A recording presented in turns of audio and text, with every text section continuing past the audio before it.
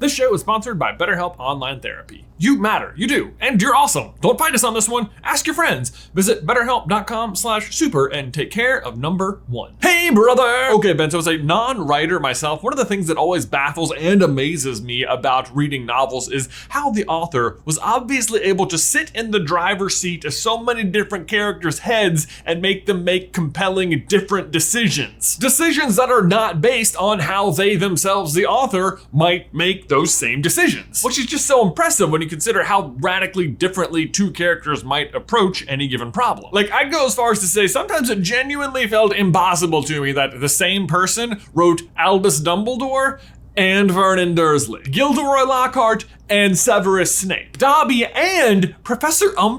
Like, these characters have nothing in common. They all approach decisions in their own unique ways with their own unique motivations. And sure, plenty of this can be peeled back to careful world building, just having a massive imagination and having filled out backstories for characters that extend beyond the page. But there is one character development tool that authors can use to help develop and establish some consistencies amongst characters. Or should I say consistencies behind the motivations and different decision-making tactics of your various characters. And this is really popular in Dungeons and Dragons. It is called the 9 moral alignments. And because we love a good sorting around here, today we are going to be explaining each of the 9 moral alignments and sorting the different Harry Potter characters into them.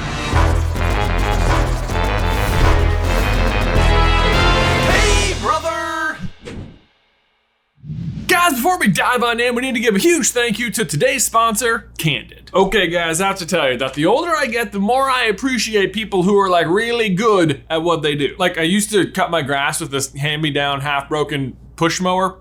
You know the type, and it took forever, and quite frankly, didn't look that great. So instead I hired a guy who had like one of those awesome stand-behind go-kart 360 rabbit speed, he could tell me the RPMs of the blades kind of guys. Woo, and boy howdy, he was done in like 13 minutes and it looked amazing. Point is, specialists be good, and the same is true when working with crooked or uneven teeth. Like, you want to be working with an orthodontist. No back alley sewer teeth treatment. Orthodontists are professionals at teeth movement, and they've never even been in a sewer. And that's what sets Candid apart from other clear alignment companies, the professional orthodontists, not the sewer stuff. And not only do you work with an orthodontist, but you work with the same person from start to finish, so you never have to wonder how you're doing. Nor do you, and I can't stress this enough, have to go near a sewer. And you can book an appointment at a nearby Candid studio, or you can do everything from the convenience of your home. The average Candid treatment is just 6 months, but you'll start seeing results way before then. Candid can help you get the straighter, brighter smile you've always wanted, and you can save $75 on your Candid starter kit when you get started from home today. Or again, you can book an appointment at a Candid studio near you. Head on over to candidco.com/SCB and use promo code SCB. Again, that is candidco.com/SCB and promo code SCB to get $75 off your starter kit today. One more time, that is candidco.com/SCB with promo code SCB. Link is in the description down below.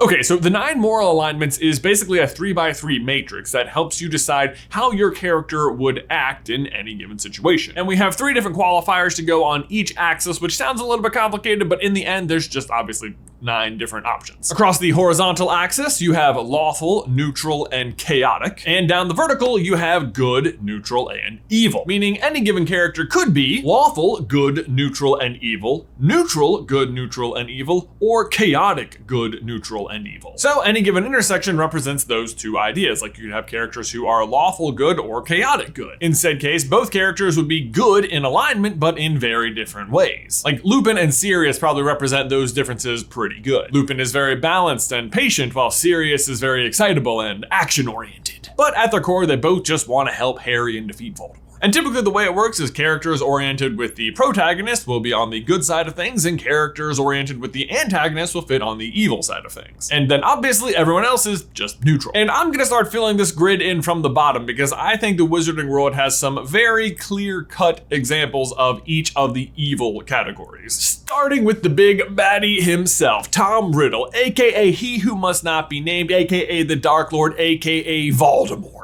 Voldemort is absolutely your standard run-of-the-mill neutral evil. Neutral evil. Can you imagine just how mad he'd be if he knew that was his legacy? What did you call me? I'll show you neutral evil. Classic neutral evil. Classic.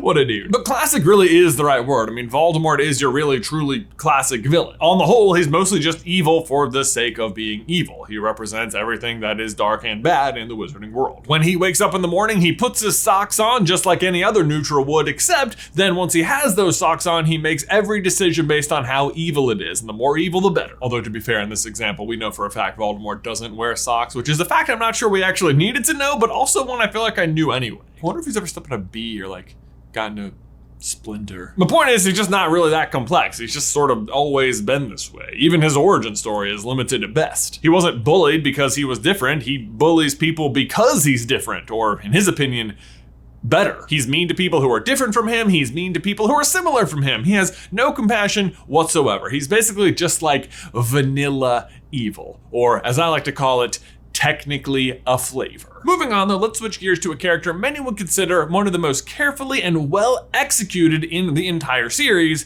because we all hate her. Dolores Jane Umbridge. Did you just bleep me? I'm just saying her last name. Okay, whatever. You can't keep bleeping me. People are gonna think I'm saying something else. Umbridge. Okay, whatever. You know who I'm talking about. The Defense Against the Dark Arts teacher in Harry's 5th year. Looks like a toad. Dolores Riley is really just a character who is a clear, shining example of lawful evil. And that's what makes her so hateable. The former description of this character goes like this. A lawful evil character sees a well-ordered system as being easier to exploit than to necessarily follow. Examples of this alignment include tyrants, devils, corrupt officials, undiscriminating mercenary types who have a strict code of conduct, blue dragons, and hobgoblins. And honestly, she's all of those.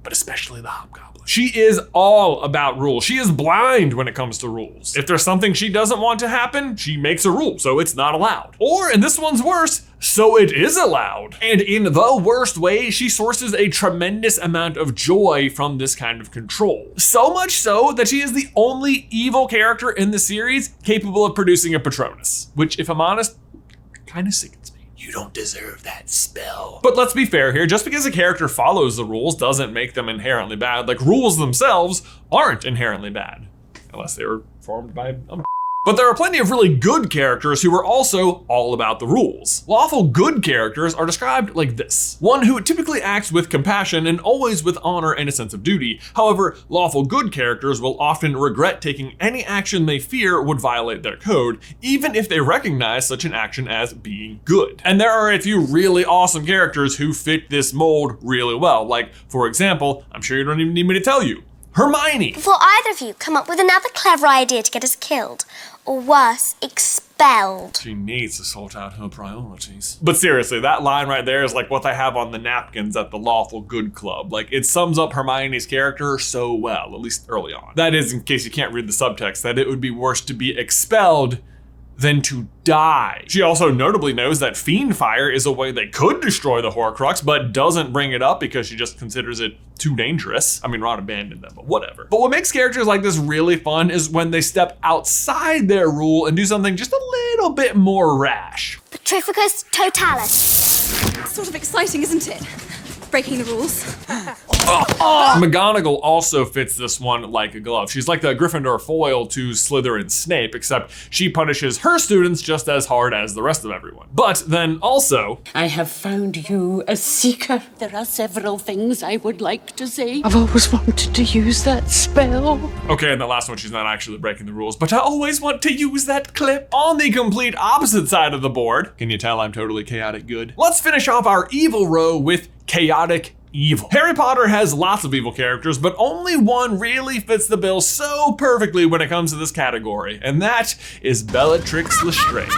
A chaotic evil character tends to have no respect for rules, other people's lives, or anything but their own desires, which are typically selfish and cruel. They set a high value on personal freedom, but do not have much regard for the lives or freedoms of other people. I mean, do I even have to tell you why this fits? I killed Sirius Black! I guess to be fair, she's not actually in that scene in the books, but also to be fair, she fits this character mold like a glove. Bellatrix in a lot of ways simply is chaos. Everything she says or does is just part of her desires to be evil. She's a lot like Voldemort, only with even less of a plan, except to follow Voldemort, whose plan sucks. I know, we'll take over a high school. 7 books. Her scene at Malfoy Manor probably best encompasses this character across the board. Her cruelty towards Hermione is physical and emotional, but she's also terrified of calling Voldemort in before she is absolutely positive they have the right people for fear of what he'll do if they don't. Which, you know, I guess that is a real concern. He does show up and they did escape and he does kill a lot of them, but he doesn't kill Dobby. You know who kills Dobby? Bellatrix. Which bounces us right back across the board to one of my favorite character combinations, Chaotic Good. Chaotic Good characters usually intend to do the right thing, but their methods are often disorganized and out of sync with the rest of society. And I mean, Dobby really is just the perfect representation of this. For Harry Potter's own good. For Harry Potter's own good. I love Dobby. But speaking of Harry Potter, that moves us slightly over into good old-fashioned neutral good, or as I like to call it, technically a flavor. A neutral good character typically acts altruistically without regard for or against lawful precepts such as rules or tradition. A neutral good character has no problems with cooperating with lawful officials, but does not feel beholden to them. In the event that doing the right thing requires the bending or breaking of rules, they do not suffer the same inner conflict that a lawful good character would. We go down the trapdoor.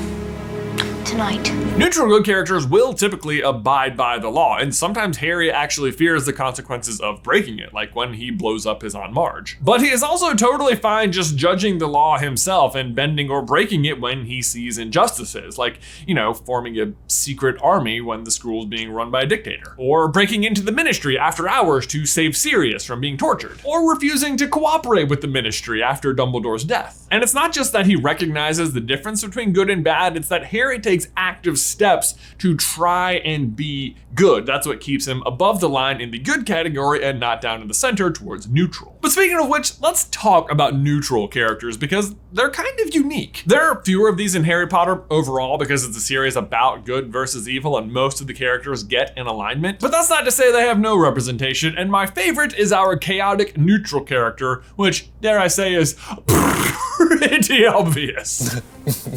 Oh yeah, Lockhart is definitely chaotic neutral. I mean, I'm sure there's some people out there who he's erased the memories of that would consider him straight up evil, but as far as Harry is concerned, chaotic neutral. Because Lockhart is not out there for good or evil. He's just out there for Lockhart in whatever form that takes. He might do bad things like wiping people's memories, but he also might do good things or try to do good things like mending Harry's arm. Brachiam.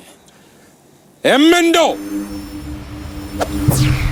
But neither of those things are in the name of good or evil. They're just in the name of Lockhart. Hardly any of you remember that my favorite color is lilac. Some other characters you might include in this category would be E.L. Farmer, Ludo Bagman, or, of course, Peeves, who was nothing but chaos all the time just for fun, because. Which of course leads us to the opposite of a chaotic neutral, a lawful neutral. And as ever, the exact opposite of Peeves is Filch. It's still hot.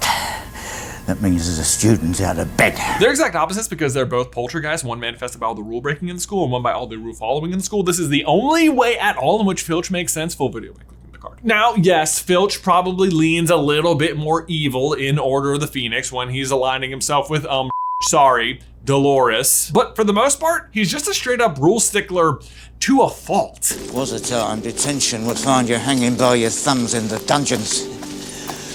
God, I'll miss the screaming. But like when the castle is being attacked by obviously evil dark wizards and the obvious good guys are inside forming an army, Filch's chief concern is Students in the corridor! They are supposed to be out of bed, you blithering idiot. I always wanted to use that clip. And that just leaves us with neutral, or true neutral. And I have to say, this was a kind of tricky one to nail down, which makes sense because it's a story about good versus evil, and this would be a character with no alignments or allegiance, so what do we need them for? No, but the true neutral actually is really interesting because unlike the other sides, it's not like they're just dedicated to being neutral. It's their lack of commitment to either good or evil. that makes them neutral. But as such, most lean towards good as being preferable to evil. It's just sort of like common sense. Like, for example, you'd obviously much rather have good coworkers than mean coworkers, right? Unless you're Bellatrix, in which case you probably don't even care if they're like zebras or something, although you'd